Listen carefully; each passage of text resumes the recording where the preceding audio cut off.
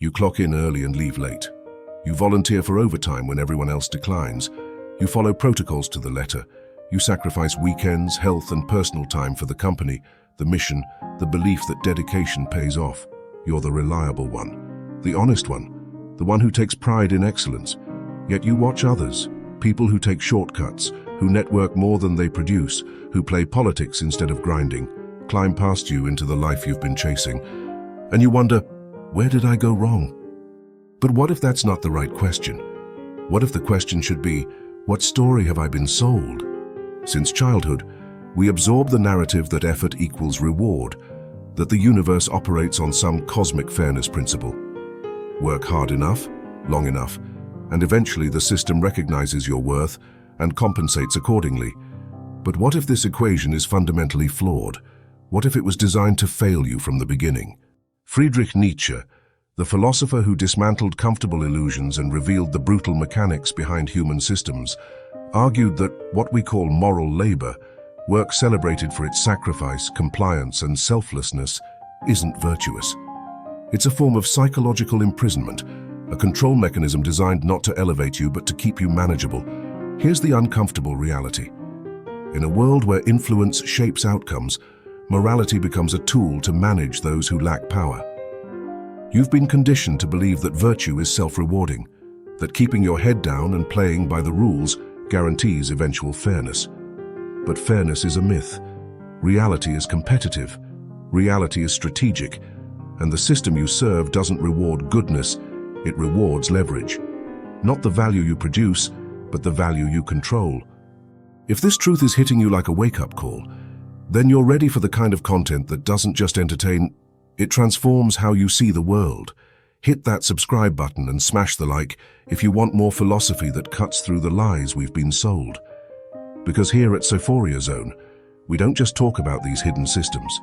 We expose exactly how they work, and more importantly, how you can stop being their victim. This is just the beginning of what Nietzsche understood about power, morality, and the game most people don't even know they're playing. This explains why a nurse working double shifts earns less than an influencer selling dubious courses, why a factory worker destroying their body for decades retires with nothing while a stock manipulator walks away with millions. It's not a malfunction, it's the design. The mythology wasn't created by accident.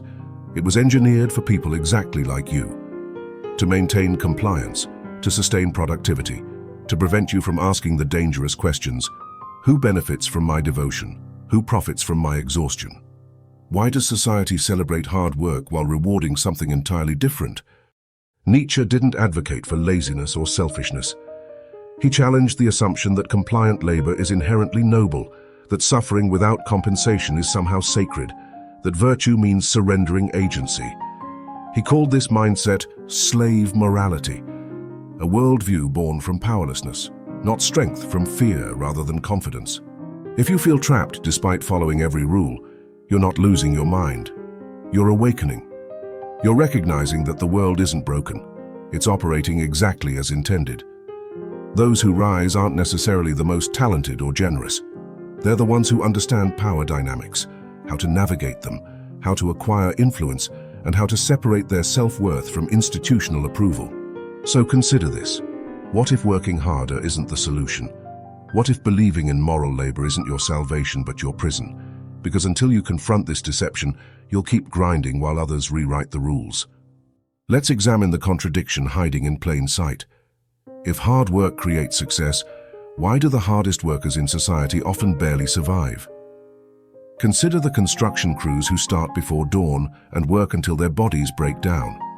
The healthcare workers pulling consecutive shifts, racing between crises, skipping meals and missing family time. The drivers, cleaners, operators, and laborers who keep civilization functioning. These people live paycheck to paycheck, stress about rent, can't afford medical emergencies. Meanwhile, someone creating get-rich-quick content in a rented sports car earns more in one day than that healthcare worker makes in a month. You witness this daily. This isn't an aberration. This is the system functioning perfectly. While labor builds civilization, labor doesn't control it.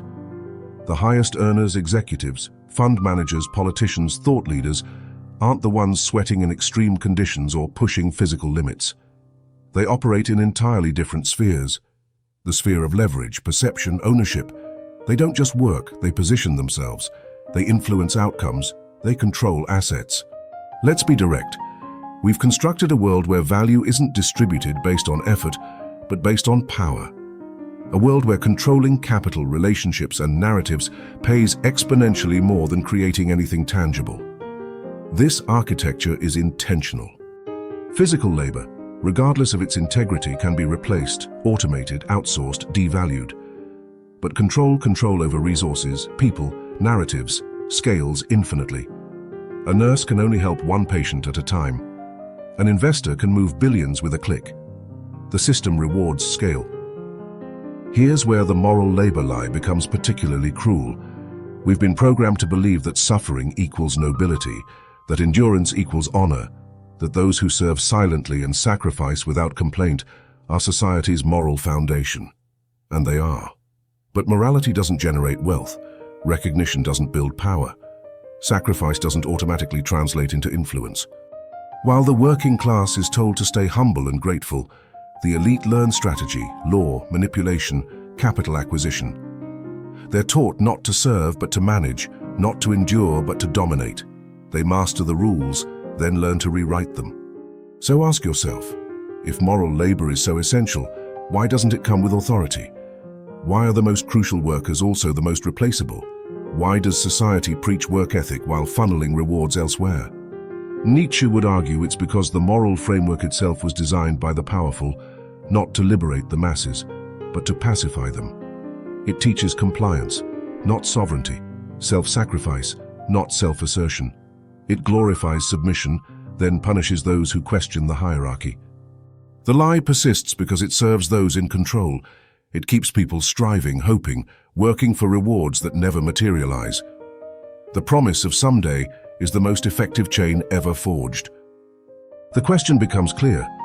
If hard work doesn't lead to power, what does? And more critically, are you willing to unlearn the lie you were raised to accept? To understand how this deception took root, why the world continues rewarding manipulation over merit, we need to examine the foundation of the values we've been taught to live by. This brings us to Friedrich Nietzsche's revolutionary insight. Nietzsche didn't view morality as universal truth. He saw it as a weapon, created, shaped, and wielded by those in power to serve their interests. What we call morality isn't objective reality, it's strategy. He distinguished between two competing moral frameworks: master morality and slave morality. Master morality emerges from strength. It celebrates ambition, boldness, creativity, and the drive to shape reality. It doesn't seek permission or wait for recognition. It declares its own worth. Those operating from master morality define value by what enhances their power, freedom, and capacity to build and lead. Strength isn't viewed as threatening, it's virtuous. Excellence is whatever affirms life, power, and possibility. Slave morality is different. It arises from weakness. It develops among those who cannot compete in the arena of power, so they change the rules. They claim that humility surpasses strength, that obedience is nobler than dominance, that suffering indicates moral purity. In this framework, qualities that once defined weakness are rebranded as virtues, because it's the only way the powerless can find dignity in a world they cannot control. Here's the trap. Once this moral code spreads, it becomes sacred and untouchable. It's no longer seen as a survival strategy, but taught as absolute truth. This is how moral labor became celebrated. The idea that good people sacrifice, that honorable people serve. That virtue lies in performing duty while expecting nothing in return. We romanticize the worker who never complains, who always accepts additional responsibility, who puts others' needs before their own, without recognizing that this narrative serves those who benefit from their silence. Nietzsche would tell you, you're not rewarded for your morality. You're controlled by it. You're praised for being dependable, promoted for being manageable, rewarded just enough to maintain hope, but never enough to gain independence. Meanwhile, the real currency, ownership, control, power remains beyond reach. Why does this belief system maintain such power? Why do millions still cling to the promise that suffering equals virtue, that sacrifice will be recognized, that compliance will be rewarded? Because the story is beautiful. It gives meaning to pain. It allows people to endure injustice without confronting it. Slave morality survives not because it's true, but because it's comforting. And comfort is a powerful sedative. But Nietzsche didn't write to comfort. He wrote to awaken, to force us to confront the terrifying freedom that comes when you stop waiting for justice and start creating your own terms. The real question begins to emerge. Not just why we were taught to suffer quietly, but who benefits when we do. If this system is so obviously rigged, so clearly designed to reward control over contribution, why do so many good people still believe in it? Why do millions of hard-working individuals continue chasing a promise that rarely delivers? Before I answer that question, I need to hear from you because this is where it gets personal. Think about your own life right now. Are you one of those people still chasing that promise? Drop a comment and tell me, what's one area where you've been playing by the moral rules but feeling like you're getting nowhere? Maybe it's your job where you do everything right, but watch less qualified people get promoted. Maybe it's a relationship where you give everything and get little back. Or maybe it's something else entirely. Be brutally honest. Where in your life do you feel like you're working harder than everyone else, but somehow falling behind? I want to know because your story might be the wake-up call someone else needs to hear. Let's get real in the comments. This isn't just philosophy, this is your life we're talking about. The answer isn't just economic, it's psychological. It begins early, long before your first paycheck. From childhood, we're taught that the world is just, that good things happen to good people, that justice prevails. Stories, media, education, they all repeat the same comforting message. If you do what's right, you'll be rewarded. Be honest, be kind, be diligent, and eventually life makes sense. But this belief has a name. Psychologists call it the just world fallacy, the assumption that the world is inherently fair, that effort equals outcome, that what you give always returns. It's a beautiful concept. It provides hope. It helps us process suffering, but it's false. Clinging to it, especially in a system designed to reward power over principle, isn't just naive, it's dangerous. While you're staying late, double-checking details, fixing problems you didn't create, someone else is learning how to work the system. While you're saying yes, being polite, taking the extra shift, someone else is building alliances, studying leverage, understanding exactly how to make the system serve them. You believe you're being moral, they're being strategic. In this world, strategy wins. That's why the engineer who maintains critical systems gets eliminated while the relationship manager with political connections gets promoted. Why the nurse loses weekend pay while the hospital's marketing budget doubles. You've been taught to trust the process. They were taught to skip steps. Here's the cruelest part. The system doesn't just fail to reward hard work. It uses your belief in fairness to keep you trapped. The longer you wait for your virtue to be noticed, the easier you are to control. People who believe in justice don't rebel. They don't demand more. They keep waiting for recognition, for fairness, for someday. But someday never arrives. This isn't just about money, it's about mindset. About understanding that if you keep following the wrong map, you'll never reach the right destination.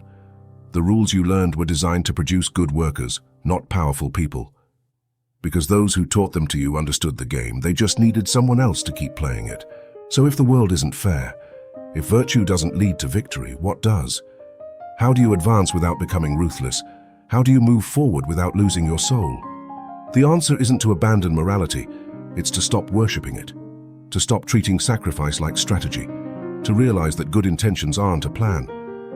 In a world built on power, understanding power is part of being good. When you open your eyes to the truth, that fairness isn't guaranteed but a story sold to keep us quiet, then you can finally begin writing your own. Not a story of blind sacrifice, but of conscious strength. Not obedience, but ownership. Not waiting for the world to change, but learning to change your place in it. What do you do once you've seen the lie? Once you realize that waiting to be rewarded for obedience is a dead end, you don't discard your morals, you redefine what strength looks like. This is the mistake many make when they first awaken. They think the only alternative to being exploited is becoming heartless. But Nietzsche didn't preach cruelty.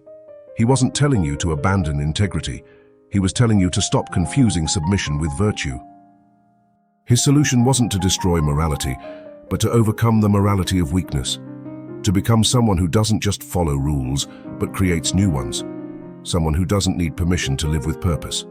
In Nietzsche's vision, that person is the Übermensch, the overman. Not a tyrant or villain, but a fully realized individual, a creator of values, someone who walks away from systems that no longer serve them and builds something better in their place. The Übermensch doesn't sit quietly hoping to be seen. They define their own meaning. They don't wait for promotion.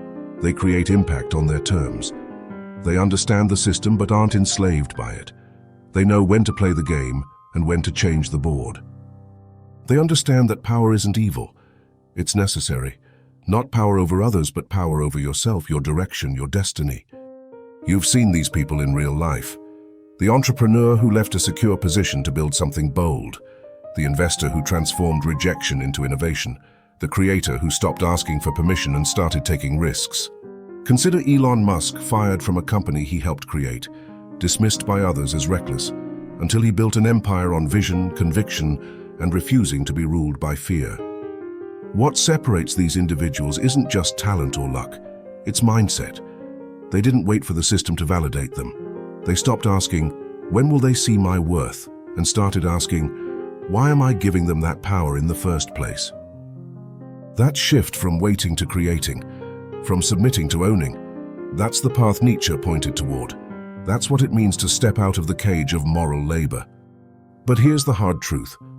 Escaping that cage means releasing something deeply comfortable, your attachment to being seen as good.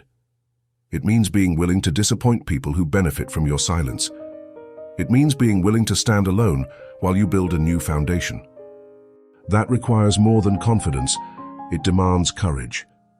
Because true strength isn't about domination, it's about authorship, about writing a life that aligns with your deepest values, not the values handed to you by a system designed to keep you docile. This isn't about becoming selfish, it's about becoming sovereign. Ask yourself, what would happen if you stopped waiting to be rewarded and started rewarding yourself with the life you actually want? What would it look like to stop asking for a seat at the table and start building your own? You don't have to become ruthless, but you do have to become responsible for your own power. Because once you realize the system won't save you, the only path forward is to stop being a servant of it and start becoming the author of something greater. What does action look like after the awakening? After you've seen through the illusion of moral labor, after you've stopped waiting for fairness, after you've chosen not to abandon morality but to reclaim your power, what's next? It starts with understanding this. Kindness is not weakness, but strategic kindness is strength. Too often people confuse being good with being passive. They think saying yes, avoiding conflict, and putting others first makes them virtuous. But Nietzsche would say morality without consciousness is just obedience in disguise. The goal isn't to become cold or manipulative, it's to become conscious, to learn how to move through the world with both a moral compass and a survival strategy. Strategic kindness means knowing when to help and when to walk away. It means reading people, not just trusting them. It means understanding context, when to speak, when to stay silent, when to act. It means you don't say yes to everyone just to be liked. You say yes when it aligns with your goals, your truth, your strength. Because here's the reality. Not every job deserves your loyalty. Not every leader deserves your trust. Not every opportunity deserves your time.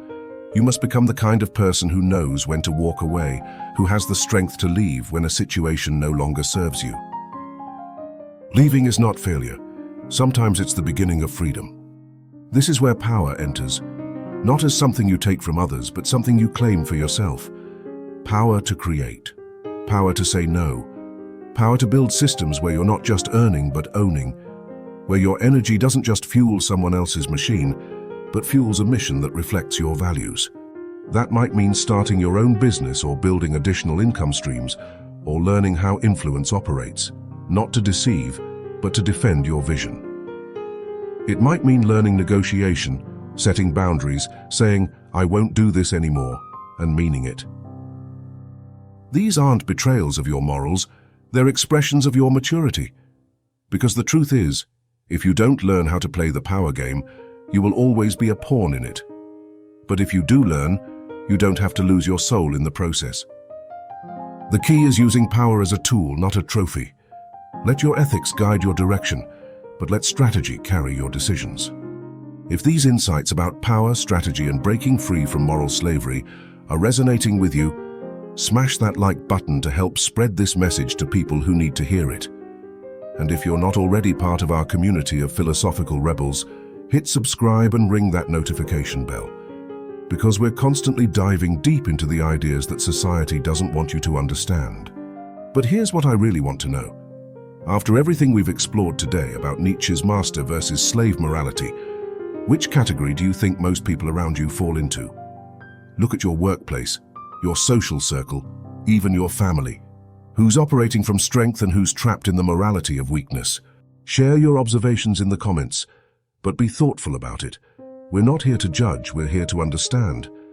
And if this video has opened your eyes to something you've never seen before, find and tag someone who's still stuck in the moral labor trap. Sometimes the most powerful thing you can do is share a perspective that could change someone's entire life trajectory. Nietzsche put it simply, power is not evil.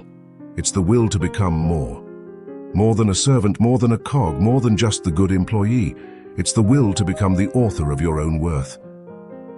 You can't do that if you treat morality as a cage. You have to treat it as a compass, one that points to your north, not someone else's approval. So no, don't throw away your principles. Don't become another cynical player chasing status for status's sake.